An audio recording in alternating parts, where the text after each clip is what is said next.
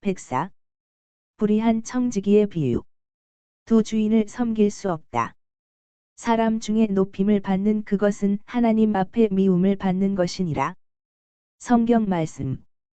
누가복음 16장 1절에서 18.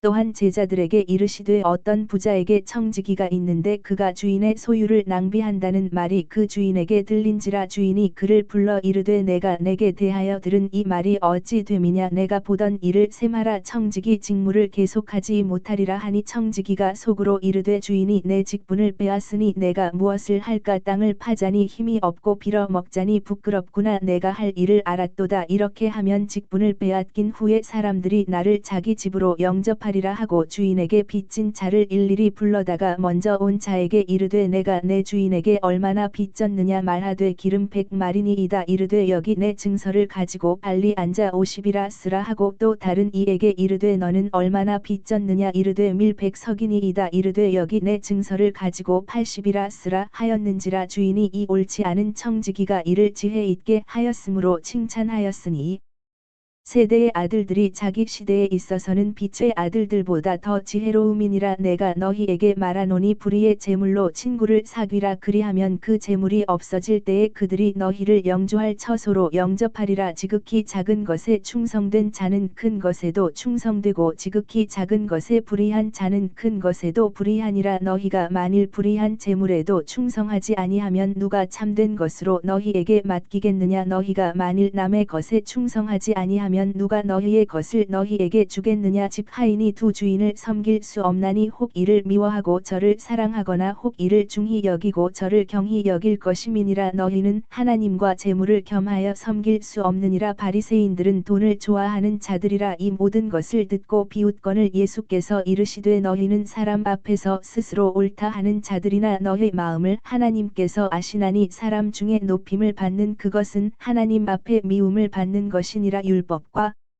선지자는 요한의 때까지요 그 후부터는 하나님 나라의 복음이 전파되어 사람마다 그리로 침입하느니라. 그러나 율법의 한 획이 떨어짐보다 천지가 없어짐이 쉬우리라. 무릇 자기 아내를 버리고 다른 데 장가드는 자도 간음함이요 무릇 버림당한 여자에게 장가드는 자도 간음함이니라. PMG 말씀. 공생활 셋째 해 70일.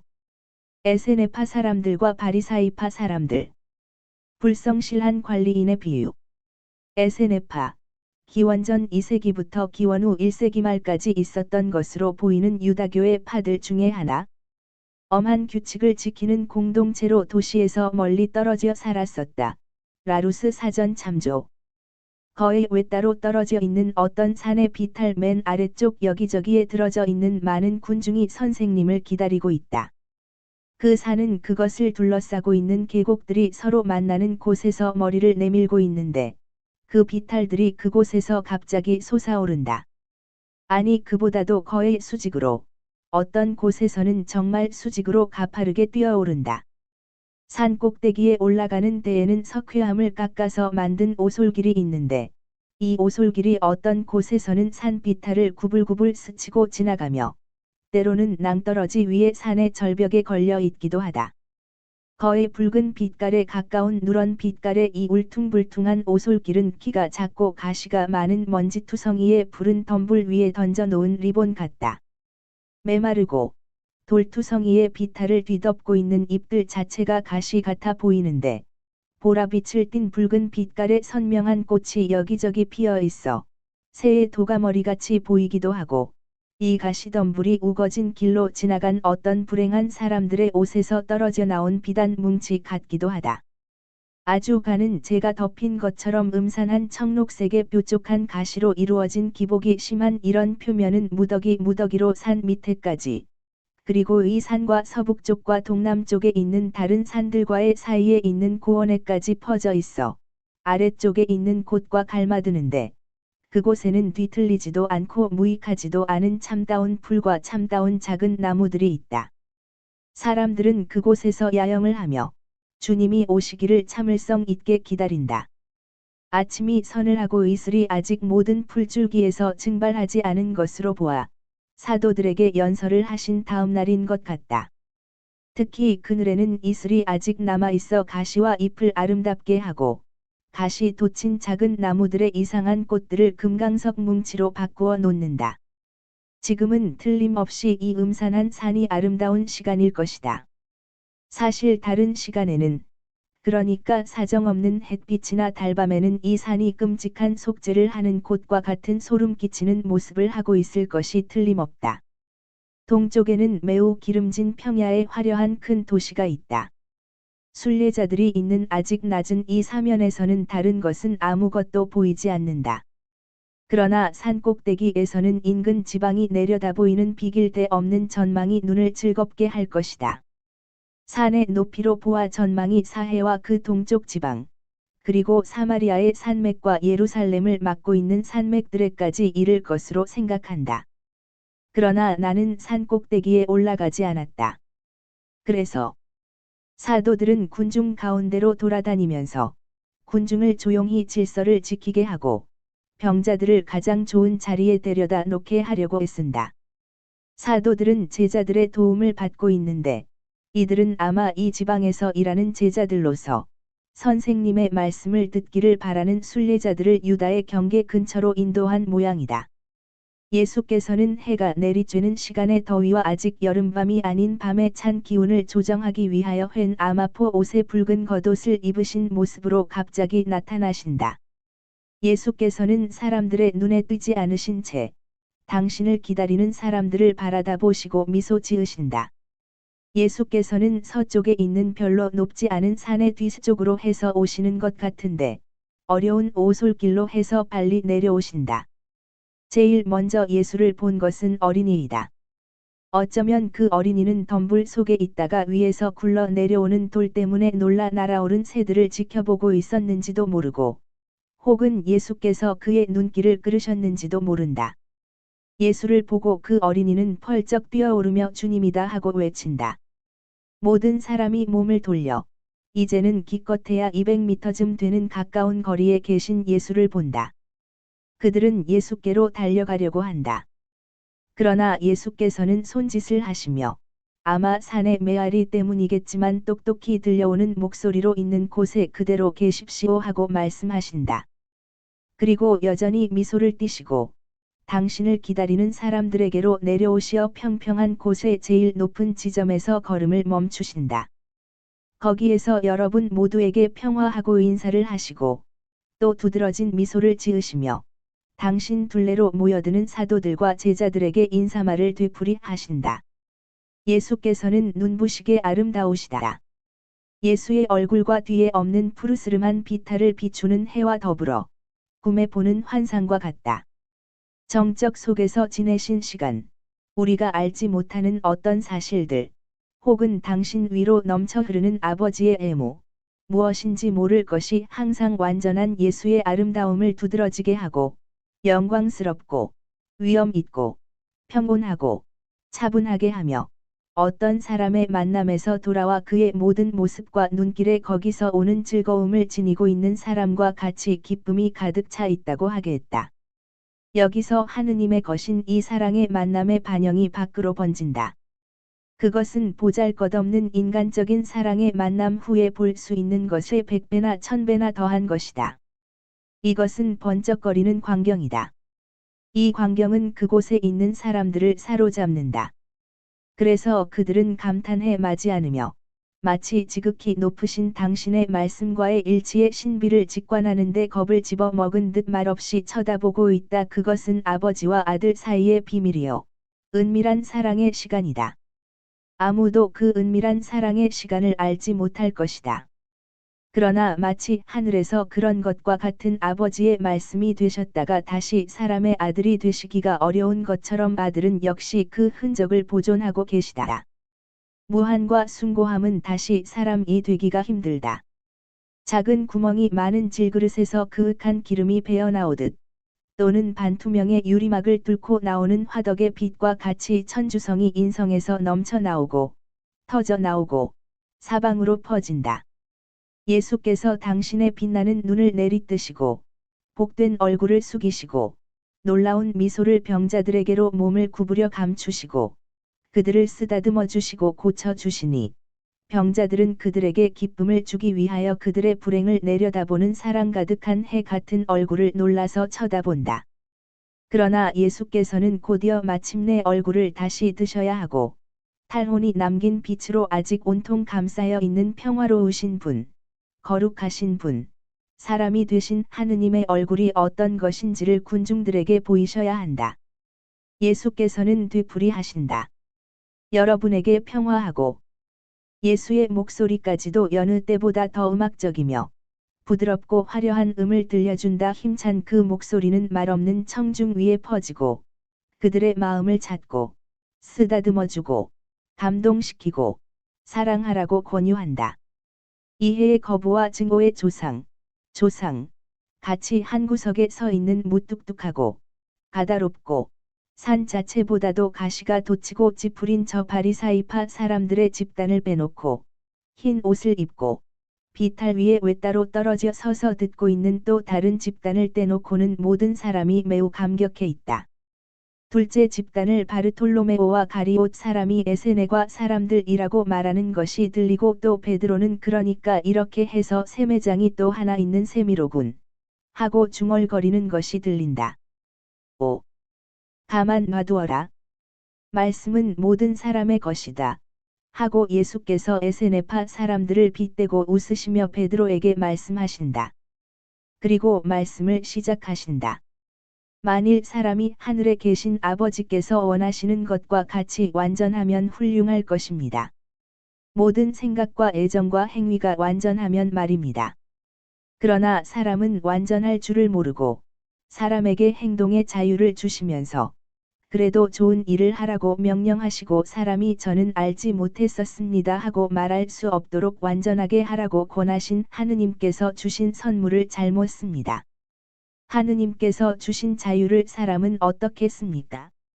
인류의 대부분은 마치 어린이가 쓸 수 있을 것처럼 쓰고 인류의 나머지 부분이 어리석은 사람이나 범죄자처럼 씁니다. 그러나 곧 이어 죽음이 오고 사람은 심판을 받게 되는데 심판자는 너는 내가 준 것을 어떻게 쓰고 남용하였느냐 하고 엄하게 물으실 것입니다. 무시무시한 질문입니다. 그때에는 사람이 그 때문에 그렇게도 자주 죄인이 되는 세상의 재물이 얼마나 지푸라기보다도 못한 것으로 보이겠습니까? 영원한 빈곤으로 가난하고 아무 것으로도 대체할 수 없는 옷을 빼앗긴 그는 주님의 위엄 앞에서 창피해서 벌벌 떨고 있을 것이고 변명할 말을 한 마디도 찾아내지 못할 것입니다. 과연 세상에서는 보잘것없는 사람들을 속여서 자기를 변호하기가 쉽습니다. 그러나 하늘에서는 하느님을 속일 수가 없습니다. 절대로. 또 하느님께서는 비굴하게 타협을 하지 않으십니다. 절대로. 그러면 어떻게 해야 구원을 받습니까? 어떻게 모든 것을 타락에서 오는 것까지도 구원에 소용되게 할 수 있습니까? 귀금속과 보석을 부의 수단이라고 가르치고 권세욕과 유욕을 자극한 타락에서 오는 것까지도 말입니다. 사람은 아무리 가난하더라도 무절제하게 황금과 명예와 여자를 가지고 싶어 함으로 언제나 죄를 지을 수 있는데 대쉬 그때에는 부자가 가진 것을 빼앗기 위하여 도둑이 됩니다. 그러면 부자이거나 가난하거나 사람은 절대로 구원을 받을 수 없겠습니까? 아닙니다. 구원을 받을 수 있습니다. 그러면 어떻게 해야 구원을 받을 수 있습니까? 재물을 선에 도움이 되게 하고 빈궁을 선에 도움이 되게 함으로써 구원을 받을 수 있습니다. 셈을 내지 않는 가난한 사람, 저주를 하지 않고 남의 것을 해치지 않고 자기가 가진 것으로 만족하며 자기의 비천한 처지를 미래에 자기의 성덕을 얻는 데 도움이 되게 하는 가난한 사람은 구원을 받을 수 있는데 사실 대부분의 가난한 사람은 이렇게 행동할 줄을 압니다. 부자들은 가난한 사람만큼 그렇게 할 줄을 잘 모릅니다. 부자들에게는 재물이 사탄과 세 가지 사욕의 끊임없는 함정입니다. 그러나 비유를 하나 들으시오. 그러면 부자도 부자로 있으면서 구원을 받을 수 있고 또는 부정하게 취득했다 하더라도 재물을 잘 쓰면 그들의 잘못을 속죄할 수도 있습니다. 지극히 인자하신 하느님께서는 당신 자녀들이 구원을 받도록 항상 그들에게 수많은 방법을 남겨두시기 때문입니다. 그러니까 지배인을 한 사람 둔 부자가 있었습니다. 부자의 훌륭한 처지를 시기하기 때문에 그의 원수인 어떤 사람들이나 부자의 친한 친구이고 따라서 그의 안락을 걱정하는 사람들이 주인에게 가서 그 지배인을 비난했습니다. 그 사람이 당신 재산을 낭비하거나 가로채거나 이익을 나게 하기를 소홀히 하오 조심하시오. 자위책을 쓰시오. 하고 부자는 이 비난을 여러 번 들은 다음 지배인을 자기 앞에 출두하라고 명령했습니다. 그리고 이렇게 말했습니다. 자네에 대해서 이러저러한 말을 들었네. 대관절 왜 그렇게 했는가? 자네 관리에 대한 보고를 하게. 이제는 자네가 내 재산 관리하는 것을 허락하지 않을 터이니까 자네를 믿을 수가 없고 또 불공평과 자유방임에 본보기를 줄 수도 없네. 그렇게 하면 다른 하인들도 자네가 한 것처럼 하도록 격려하는 것이 될 터이니까 가보게. 그리고 서류 일체를 가지고 내일 다시 오게. 그것을 검사해서 새 지배인에게 내 재산을 맡기기 전에 내 재산 상태를 알 수 있게 말일세. 그리고 지배인을 돌려보냈습니다. 지배인은 걱정이 되어 가면서 이렇게 생각했습니다. 그러니 이제는 주인이 지배인 자리를 내놓으라고 하는 지금 나는 어떻게 하지? 위험을 교묘히 면할 수 있으리라고 확신하고 가로챈 것을 모두 써버렸기 때문에 모아둔 재산도 없다. 어떤 주인 밑에서 농사꾼으로 채용된다는 것은 내가 일하는 습관을 잃었고 맛있는 음식을 먹어 몸이 무거워졌기 때문에 내게는 적당치 않다. 동냥을 하는 것은 더 안 된다. 그건 너무 창피스러운 일이거든. 어떻게 한다. 오랫동안 곰곰이 생각한 끝에 그의 괴로운 처지에서 헤어나는 방법을 하나 찾아냈습니다. 그는 이렇게 말했습니다. 옳지. 찾아냈다. 지금까지 편한 생활을 확보했던 것처럼 이제부터는 내가 지배인 자리를 잃었을 때 감사하는 마음으로 나를 받아들일 친구들을 확보하겠다. 도움을 주는 사람은 언제나 친구들이 있는 법이다. 그러니까 사람들이 내게 도움을 주도록 내가 도움을 주기로 하자. 그리고 소문이 퍼져서 때가 늦기 전에 즉시 하기로 하자. 그는 주인에게 빚진 사람 여럿을 찾아가서 첫 번 사람에게 말했습니다. 3년 전 봄에 우리 주인이 빌려준 돈에 대해서 얼마를 갚아야 하오? 그 사람은 원금과 이자 합해서 기름 100통입니다 하고 대답했습니다. 아이고, 불쌍도 하지. 아이가 그렇게 많고 앓는 아이들이 있는 당신이 그렇게 많이 갚아야 하다니. 그렇지만 우리 주인이 당신에게 준 것은 30통 값어치가 아니었소. 그렇습니다. 그러나 저는 매우 절박한 처지에 있던 터인데 주인이 이렇게 말했습니다. 자네에게 그걸 주네만 3년 동안에 그 돈으로 버는 것을 내게 준다는 조건일세.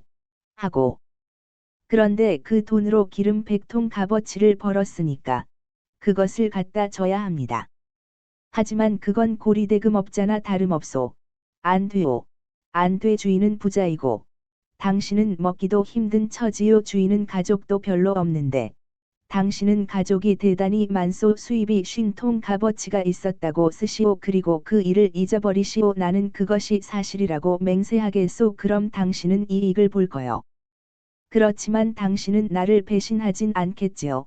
만일 주인이 알게 되면 천만에 나는 지배인이오. 그래서 내가 말하는 것은 신성하오. 하라는 대로 하시오. 그리고 행복하게 사시오. 그 사람은 그렇게 쓰고 서명하고 말했습니다. 축복받으십시오. 내 친구요 구원자. 어떻게 감사해야 할까요? 조금도 그럴 필요 없소. 그러나 만일 당신 때문에 내가 고통을 당하고 쫓겨나게 되면 감사하는 마음으로 나를 받아주겠지요. 그야 물론이지요. 물론이고 말고요. 믿으셔도 됩니다. 지배인은 또 다른 빚진 사람을 찾아가서 거의 비슷한 말을 했습니다. 그 사람은 곡식 100마를 갚아야 했습니다. 3년 동안 가물어서 그가 농사 지은 것이 망쳐져서 가족을 먹이기 위하여 부자에게서 곡식을 구워다 먹어야 했기 때문이었습니다. 아니, 그건 말도 안 되오. 주인이 준 것의 배를 갚아야 하다니, 미를 거절하다니, 그리고 너무나 풍성한 그의 저장된 곡식은 벌레가 먹는데, 배가 고프고 아이들이 있는 사람에게 곱절을 요구하다니 80마리라고 쓰시오. 그렇지만 주인이 내게 20마를 주고 다음에 또 20말, 그 다음에는 10마를 주었다는 것을 기억하면 어떡합니까? 아니, 주인이 그걸 어떻게 기억하오? 내가 곡식을 당신에게 주었는데 내가 그것을 기억하고 싶지 않으니 그렇게 해요. 그래서 곤경에서 빠져나가시오. 가난한 사람들과 부자들 사이에는 정의가 있어야 하오. 내가 주인이라면 나는 쉰 말만 요구하겠소. 어쩌면 그걸 탕감해 줄지도 모르겠소. 당신은 착하십니다. 모두가 당신 같았으면 우리 집은 당신에게는 친구의 집이라는 것을 기억하십시오.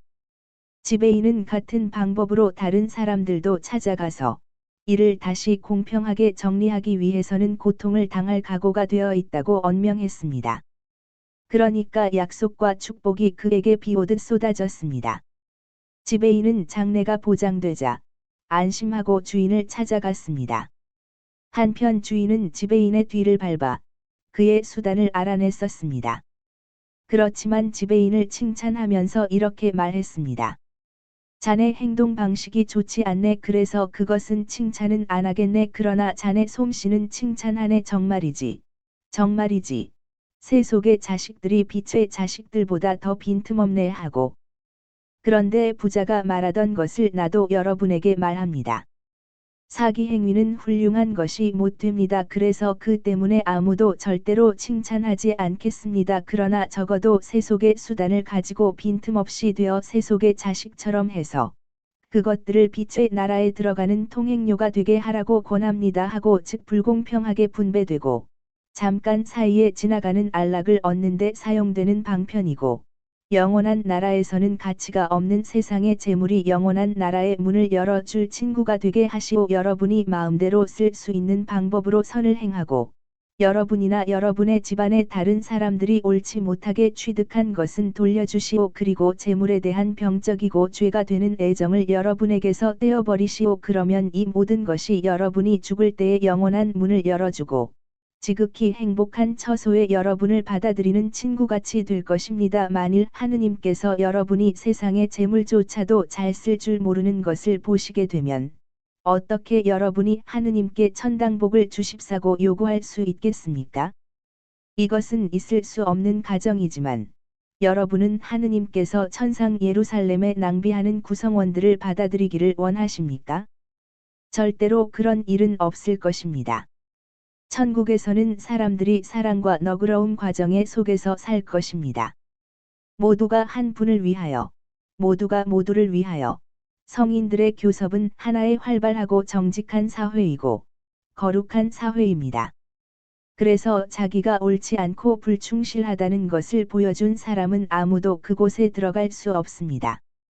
천국에서는 우리가 아무런 두려움 없이 모든 것을 가질 터이니까 거기서는 우리가 충실하게 될 것이다 하고 말하지 마시오. 그렇지 않습니다. 작은 일에 불충실한 사람은 전부를 차지하더라도 불충실할 것이고 작은 일에 옳지 못한 사람은 큰 일에도 옳지 못합니다. 하느님께서는 세상에서 행하는 시험에서 세상의 재물도 볼 줄 알지 못한다는 것을 보여주는 사람에게는 참된 재산을 맡기지 않으십니다. 여러분이 우려먹거나 속임수를 쓰거나 탐욕스럽게 보존할 줄밖에 모른다고 보여주면 어떻게 하느님께서 어느 날 하늘에서 세상에 있는 여러분의 형제들을 지원하는 임무를 여러분에게 맡기실 수 있겠습니까? 그러므로 하느님께서는 여러분의 보물을, 즉 여러분에게 주시려고 남겨두셨던 보물을 세상에서 빈틈없이 살 줄 알아서 옳지 않고 불건전한 것을 옳고 건전한 일에 소용되게 한 사람들에게 주실 것입니다. 아무도 두 주인을 섬길 수 없습니다. 이 주인이나 저 주인에게 딸려 있거나 이 주인이나 저 주인을 미워할 것이기 때문입니다. 사람이 골라 잡을 수 있는 두 주인은 하느님이나 맘몬, 재물을 가리키는 말입니다. 그러나 만일 여러분이 하느님께 속해 있기를 원하면 맘몬의 제복을 입고 그의 목소리를 듣고 그의 방법을 써서는 안 됩니다. 에세네과 사람들의 집단에서 한 목소리가 올라온다. 사람은 선택할 자유가 없습니다. 자기의 운명을 따라갈 수밖에 없습니다. 우리는 운명이 지혜롭지 않게 분배되었다고는 말하지 않습니다. 반대로 완전하신 생각이 당신이 정하신 완전한 계획을 위해서 하늘에 갈 자격이 있는 사람들의 수를 정하셨습니다. 다른 사람들은 하늘에 이르기 위해 노력을 해도 소용없을 것입니다. 이렇게 되어 있습니다. 달리 될 수는 없습니다. 집에서 나가는 사람이 박공에서 떨어져 나온 돌에 맞아 죽을 수도 있는 반면, 격정 중에 아주 작은 상처 하나도 입지 않고 살아나을 수도 있습니다. 이와 마찬가지로 그렇게 쉬어 있지 않은데 구원을 받고자 하는 사람은 알지 못하면서도 죄밖에 짓지 않을 것입니다. 그의 영벌은 기록되어 있으니까요. 여보시오. 아닙니다. 그렇지 않아요. 당신 생각은 잘못이요. 그렇게 생각하면 주님께 중대한 모욕을 하는 것이 됩니다. 왜 그렇습니까? 그것을 증명해 주십시오. 그러면 생각을 고치겠습니다. 왜 그러냐 하면, 당신은 그 말을 하면서 하느님께서 당신의 피조물들에 대해서 불공평하시다고 마음속으로 인정하기 때문입니다. 하느님께서는 피조물들을 똑같이 같은 사랑으로 창조하셨습니다. 하느님은 아버지이십니다. 다른 어떤 일에도 그러하시듯이 당신의 아버지다운 감정에서도 완전하십니다. 그러면 어떻게 차별을 두실 수가 있습니까? 그리고 사람이 쇠퇴되었을 때는 죄 없는 태아에 지나지 않은데 어떻게 그를 저주하실 수 있습니까? 사람이 죄를 지을 수 없는 그 순간부터 말입니다. 사람에게서 받으신 모욕을 서륙하시기 위해서입니다. 아닙니다. 하느님께서는 그렇게 서륙하지 않으십니다.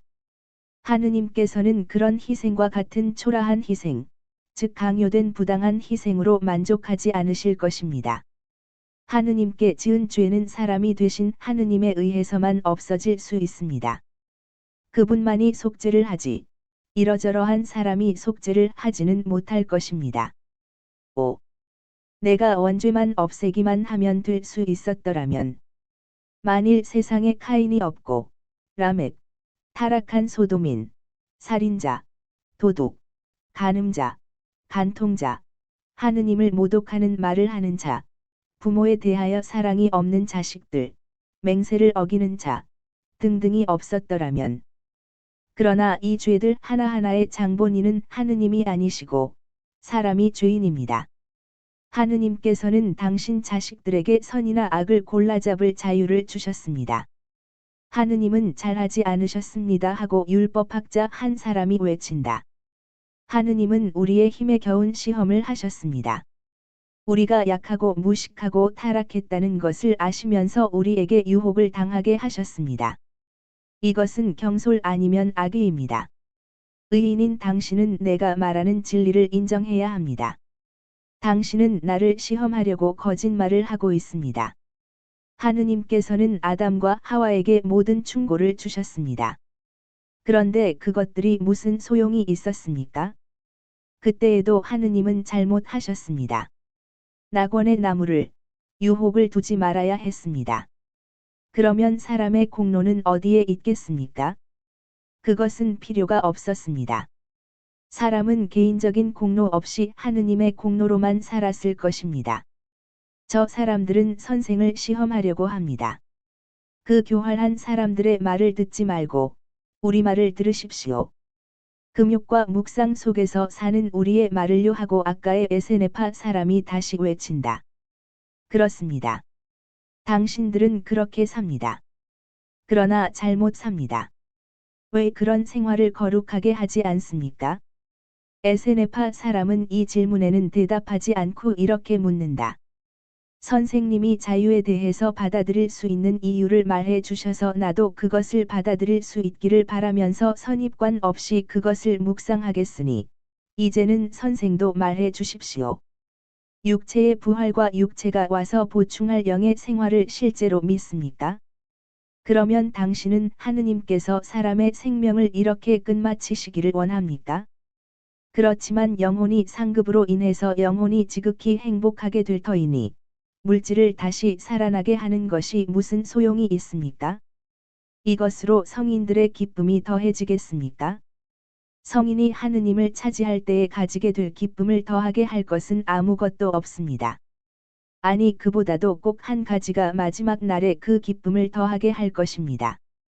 그것은 이제는 죄가 더 이상 존재하지 않는다는 것을 알게 되는 일입니다.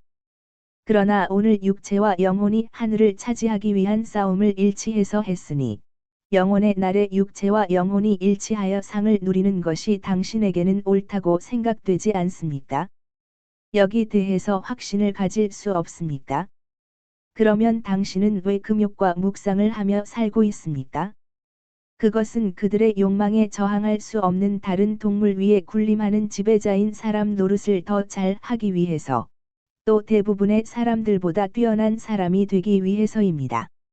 대부분의 사람들은 성서의 글귀를 양피지와 술 장식과 작은 털다발과 넓은 옷을 여벌한 듯이 펼쳐놓고 자기들을 별개의 인간들이라고 자칭하는 사람들까지도 동물성으로 더럽혀져 있습니다. 저주다. 바리사이파 사람들은 군중으로 하여금 감탄하여 웅성거리게 한 화살을 정면으로 맞았다. 그들은 마귀 들린 사람들처럼 몸을 뒤틀고 소리를 지른다. 저 사람은 우리를 모욕합니다. 선생님. 선생님은 우리의 거룩함을 알고 계시지요. 우리를 변호해 주십시오 하고 그들은 손짓을 하며 외친다. 예수께서는 이렇게 대답하신다. 저 사람도 당신들의 위선을 알고 있습니다. 옷은 성덕과 아무 관계가 없습니다. 칭찬받을 만한 자격을 얻으시오. 그러면 내가 말할 수 있을 것입니다. 그러나 에세네파 사람, 당신에게는 당신이 너무나 적은 일 때문에 희생을 한다고 대답하겠습니다. 왜? 누구를 위해서? 얼마 동안이나 희생을 합니까? 사람들에게서 칭찬을 받기 위해서, 죽을 육체를 위해서. 매가 날아가는 것보다도 더 빠른 세월 동안 당신의 희생을 향상시키시오. 참 하느님과 복된 부활과 사람의 자유의지를 믿으시오. 고행자로 사시오. 그러나 이 초자연적인 이유를 위해서 그렇게 하시오. 그러면 부활한 당신의 육체와 더불어 영원한 기쁨을 누릴 것입니다. 너무 늦었습니다. 나는 늙었습니다. 내가 어쩌면 그릇된 종파에 머물러 있어서 내 인생을 망했는지도 모르겠습니다. 이제 끝났습니다. 아닙니다. 선을 원하는 사람에게는 절대로 끝난 것이 아닙니다. 죄인들인 여러분, 들으시오. 오류 속에 있는 여러분, 들으시오. 여러분의 과거가 어떠하든 들으시오. 뉘우치고 자비에게로 오시오. 자비는 여러분에게 팔을 벌립니다. 여러분에게 길을 가리킵니다. 나는 깨끗한 샘, 생명의 샘입니다. 지금까지 여러분을 바른 길에서 벗어나게 한 것들을 버리시오. 벗은 몸으로 목욕을 하러 오시오. 그리고 빛을 입으시오. 새로 태어나시오. 도둑으로 큰 길에서 도둑질을 했습니까? 또는 상업이나 관청에서 큰 양반으로 계략을 써서 도둑질을 했습니까? 오시오. 부정한 악습이나 격정을 가졌었습니까? 오시오. 압제자였습니까? 오시오. 뉘우치시오. 사랑과 평화에 오시오. 그러나 하느님의 사랑이 여러분 위에 쏟아져 내려올 수 있게 하시오. 여러분의 저항과 여러분의 두려움과 여러분의 망설임으로 인하여 괴로워하는 이 사랑의 고통을 덜어주시오. 나와 여러분의 아버지의 이름으로 내가 제발 부탁합니다. 생명과 진리를 찾아오시오. 그러면 영원한 생명을 얻을 것입니다. 군중 속에서 한 사람이 외친다. 저는 부자이고 죄인입니다. 오기 위해서 저는 어떻게 해야 합니까? 하느님과 당신 영혼에 대한 사랑을 위해 모든 것을 버리시오. 바리사이파 사람들은 예수께 대하여 불평을 하고 예수를 환상과 이단을 파는 사람처럼 성인인 채 하는 죄인처럼 업신여기고 이단자들은 언제나 이단자들인데 에세네파 사람들이 그런 사람들이라고 예수께 지적한다. 갑작스런 회개는 순간적인 흥분에 지나지 않고 부도덕한 사람들은 언제나 그럴 것이고 도둑은 도둑으로 살인자는 살인자로 남아 있을 것이라고 그들은 말한다. 그리고 완전한 성덕 속에 사는 그들만이 하늘에 갈 권리가 있고 전도를 할 권리가 있다고 말하는 것으로 끝을 맺는다. 오늘은 다행스러운 날이었습니다. 거룩함의 씨가 사람들의 마음에 떨어지고 있었습니다. 하느님의 입맞춤으로 길리운 내 사랑이 그 씨에 생명을 주는 것이었습니다. 사람의 아들은 거룩하게 하는 것이 기뻤습니다. 그런데 당신들은 이 날을 망쳤습니다. 그러나 상관없습니다. 나 당신들에게 말합니다만 그리고 내가 부드럽지 않더라도 그 탓은 당신들에게 있습니다. 그러니까 나 당신들에게 분명히 말하지만 당신들은 의인 행세를 하고 사람들 앞에서 의인인 채 하는 사람들 축에 끼지만 의인들은 아닙니다. 하느님께서 당신들의 마음을 아십니다. 사람들의 눈에 위대한 것이 하느님의 무량, 하심과 완전 앞에서는 아주 나쁜 것입니다. 당신들은 옛날 율법을 인용합니다. 그러면 왜 그것에 따라 살지 않습니까? 당신들은 당신들에게 이익을 가져다주는 무거운 짐을 율법에 얹어 그것을 무겁게 해서 율법을 당신들에게 유리하도록 변경합니다.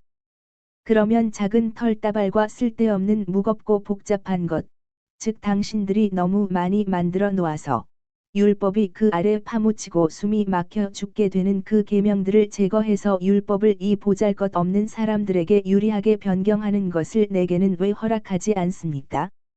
나는 종교에서 위안을 찾는데 올가미를 만나고 사랑을 찾는데 공포를 만나느니 군중들, 이 영혼들을 불쌍히 여깁니다. 그게 아닙니다. 오 이스라엘 사람들, 오시오.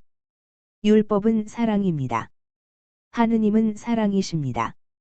나는 당신들이 겁나게 한 사람들에게 이렇게 말합니다. 엄격한 율법과 나를 예고하였지만 그들의 몹시 걱정스러운 예언의 부르짖음에도 불구하고 죄를 몰아내는데 성공하지 못한 위협적인 예언자들은 요한에 와서 끝납니다. 요한 이후에는 하느님의 나라, 사랑의 나라가 옵니다. 그리고 나는 보잘것없는 사람들에게 들어가시오 이 나라는 당신들 것이오 하고 말합니다. 그래서 착한 뜻을 가진 사람은 모두 나라에 들어오려고 애씁니다. 그러나 머리를 숙이고 가슴을 치며 나는 죄를 지었습니다 하고 말하고자 하지 않는 사람들에게는 나라가 없을 것입니다. 마음을 정결하게 하여라 그리고 이제는 너의 목덜미를 뻣뻣하게 하지 말아라 하는 말이 있습니다. 이 땅은 쓴 물에 소금을 넣어서 달게 한 엘리세오의 기적을 보았습니다. 그런데 나는 당신들의 마음에 지혜의 소금을 뿌리지 않습니까? 그러면 왜 당신들은 물보다 못해서 당신들의 정신을 바꾸지 않습니까? 당신들의 말투에 내 소금이 배게 하시오. 그러면 그것들이 새로운 맛을 내게 될 것이고 율법의 본래의 힘을 돌려줄 것입니다. 우선 가장 그럴 필요가 있는 당신들 안에서 그렇게 될 것입니다.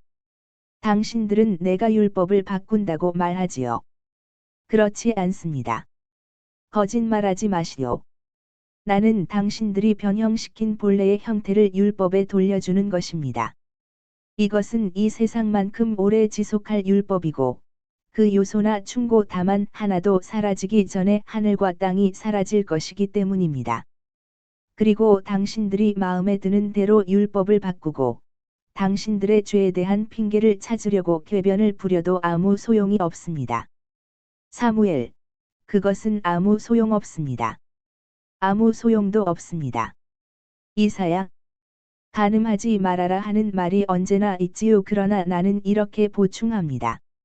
다른 여자를 얻기 위하여 아내를 버리는 사람은 간음하는 것이고 남편에게 버림받은 여자와 결혼하는 사람도 간음하는 것입니다. 하느님께서 맺으신 것은 오직 죽음만이 갈라놓을 수 있기 때문입니다 하고 그러나 엄격한 말은 회개하지 않는 죄인들에게 하는 것입니다. 죄를 지었지만 그렇게 한 것을 슬퍼하고 애석하게 생각하는 사람들은 하느님께서 인자 자체이심을 믿고 사죄하고 용서하고 생명에 인도하시는 분께로 오시오 이 확신을 가지고 가시오 이 확신을 마음속에 퍼뜨리시오 여러분에게 주님의 이름으로 강복하면서 평화를 주는 자비를 전파하시오.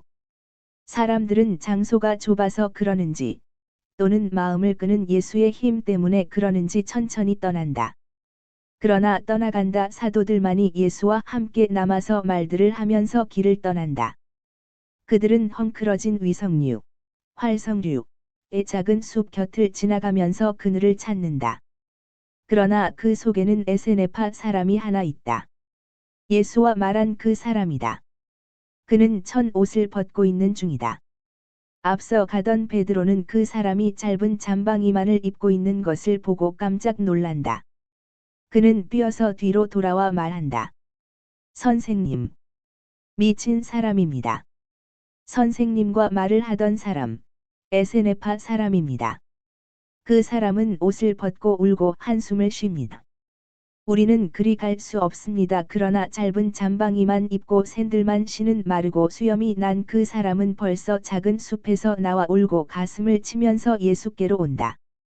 그는 굴어 엎드린다. 저는 마음의 기적을 받은 사람입니다. 선생님은 제 정신을 고쳐주셨습니다. 저는 선생님의 말씀을 따릅니다. 저는 저를 오류로 감싸던 일체의 다른 생각을 버리고 빛을 입습니다. 저는 참 하느님을 묵상하고 생명과 부활을 얻기 위해 갈라집니다. 이렇게 하면 됩니까? 제게 새 이름을 하나 주십시오. 그리고 선생님과 선생님의 말씀으로 살 곳을 한 군데 일러 주십시오. 이 사람 미쳤군. 그렇게도 많이 우리도 그 말씀으로 살 수 없을 텐데. 이 사람은 말씀을 한 번만 듣고서 하고 사도들이 서로 말한다. 그러나 사도들의 말을 듣는 그 사람은 말한다. 그럼 당신들은 하느님께 한계를 지어드리려고 합니까? 선생님께서는 내게 자유로운 정신을 주시기 위해 내 마음을 부수셨습니다. 주님. 그러면서 예수께로 팔을 내밀면서 애원한다. 그러시오. 엘리야라는 이름을 받으시오. 그리고 불이 되시오. 이 산에는 동굴이 대단히 많습니다. 동굴로 가시오. 그리고 무서운 지진으로 땅이 흔들리는 것을 느끼거든 나와서 주님의 봉사자들을 찾아 그들과 합치시오. 당신도 생명으로 돌아와 봉사자가 되시오. 가시오. 그 사람은 예수의 발에 입맞춤하고 일어나 간다. 아니 저 사람은 옷을 벗은 채로 가나? 하고 사도들은 깜짝 놀라서 묻는다.